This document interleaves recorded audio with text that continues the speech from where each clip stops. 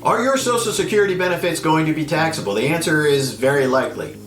But if you understand the tax brackets for the taxation of Social Security and you understand the rules around the taxation of Social Security, you might be able to make some adjustments to avoid that tax hit on your benefits. So what are they looking at in the tax brackets? Well, they're looking at your combined income. And I'm going to talk about that here in a minute because it's a very important number for this discussion.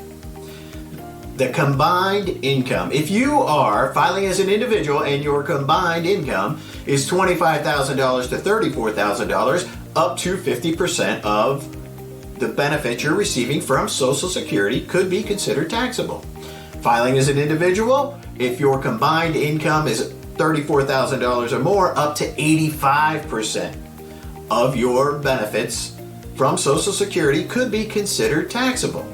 Now, that's not the tax rate on the benefits. That's how much of your benefits could be considered taxable.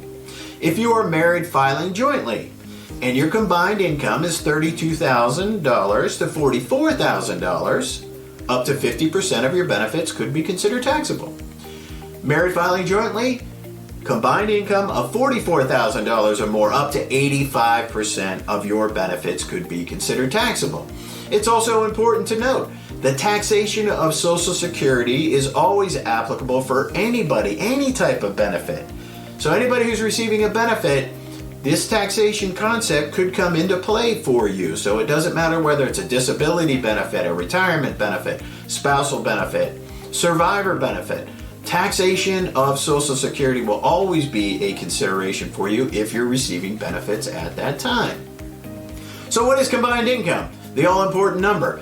Well, combined income is defined as your adjusted gross income plus your non-taxable interest. Think of municipal bonds. If you have municipal bonds, you're receiving interest from them, that would be included in this combined income calculation, and 1/2 of your Social Security benefits. So it's adjusted gross income plus non-taxable interest plus 1/2 of the benefits being received from Social Security. How do you prepare for this? Well, if you have not started collecting benefits yet, there are some things that you might want to consider if it makes sense in your overall situation to help reduce the taxation of Social Security benefits when you start receiving them. And it kind of goes back to the adjusted gross income. Remember, combined income is adjusted gross plus non-taxable interest plus 1/2 of your Social Security benefits. So if you can decrease your adjusted gross income in the future by planning now, it might be able to help you reduce the taxation of your Social Security benefits.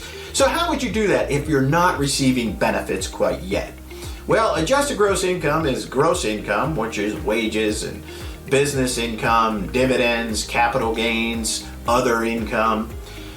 It's pretty much inclusive of whatever comes into your household, plus the adjustments, thus the name adjusted gross income.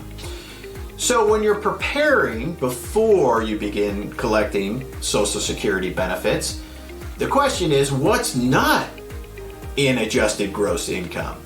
Two ideas here. One, qualified distributions from a Roth IRA will not be included in your adjusted gross income and therefore would not be counted in combined income and could potentially reduce the taxation of your Social Security benefits.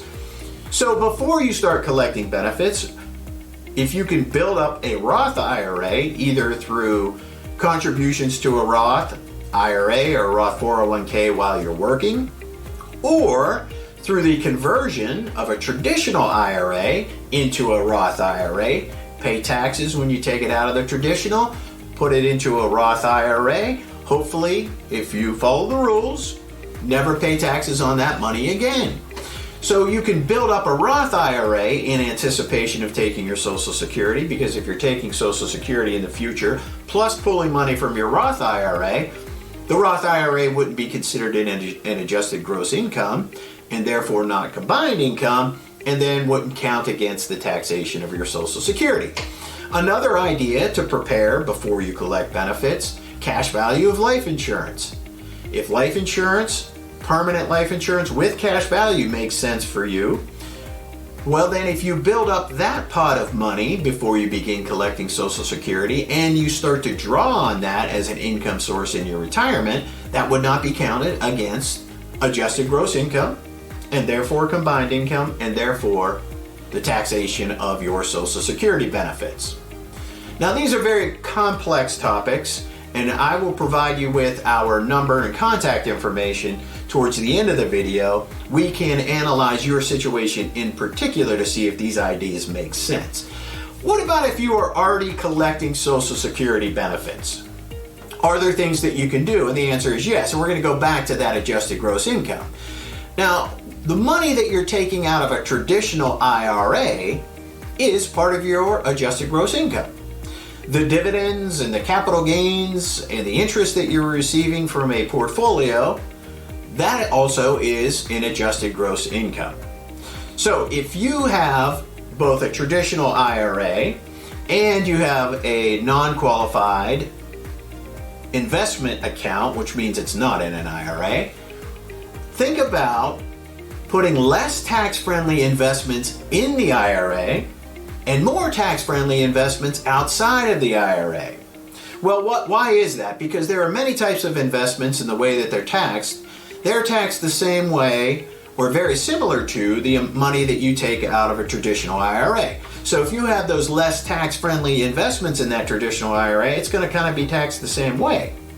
For example, taxable bond interest, not as tax-friendly as some other investment options. So you're receiving interest from taxable bonds. It's going to be taxed in a very similar way, whether it's inside of an IRA or outside of an IRA. Might make sense to have that portion of your portfolio in the IRA. Also, investments, stock investments that you plan to hold for less than a year. If you hold them for less than a year, that's going to be a short-term capital gain. It's going to be taxed similarly as if you had it in an IRA or outside of an IRA. So think about those less tax-friendly investments. A couple examples: taxable bond interest, stocks that you're going to hold for less than a 1 year. Hold that portion of your portfolio in the IRA when you're in retirement. More tax-friendly investments outside of the IRA. Of course, that would be tax-free bonds, but keep in mind, if you have a lot of tax-free bonds, that is included in your combined income, but they are tax-friendly. Also, stocks that you're going to hold for more than 1 year. If you're going to hold those for more than 1 year, that would be a long-term capital gain, which oftentimes are taxed at a more friendly tax rate than money coming out of your traditional IRA. So it might make sense if you're holding bonds for over 1 year and you get long-term capital gain treatment on those when you do sell them. That might be more tax-friendly than those things that you have in your IRA. So that would be the asset location. Think about where your assets, your stocks and your bonds and your taxable investments and non-taxable, where they are held and where it makes most sense in your combined portfolio. Now, for many of you, you're going to reach the age where there are required minimum distributions out of your traditional IRA. For many of you, that's going to be the age of 72. And as the name implies, the money has to come out. The required minimum distributions out of a traditional IRA are included in adjusted gross income.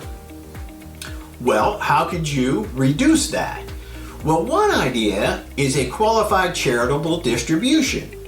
This is a way that the IRS says you can send money directly from your IRA to a qualified charity and not include it into your adjusted gross income and not get taxed on it. Now, there are specific rules around this.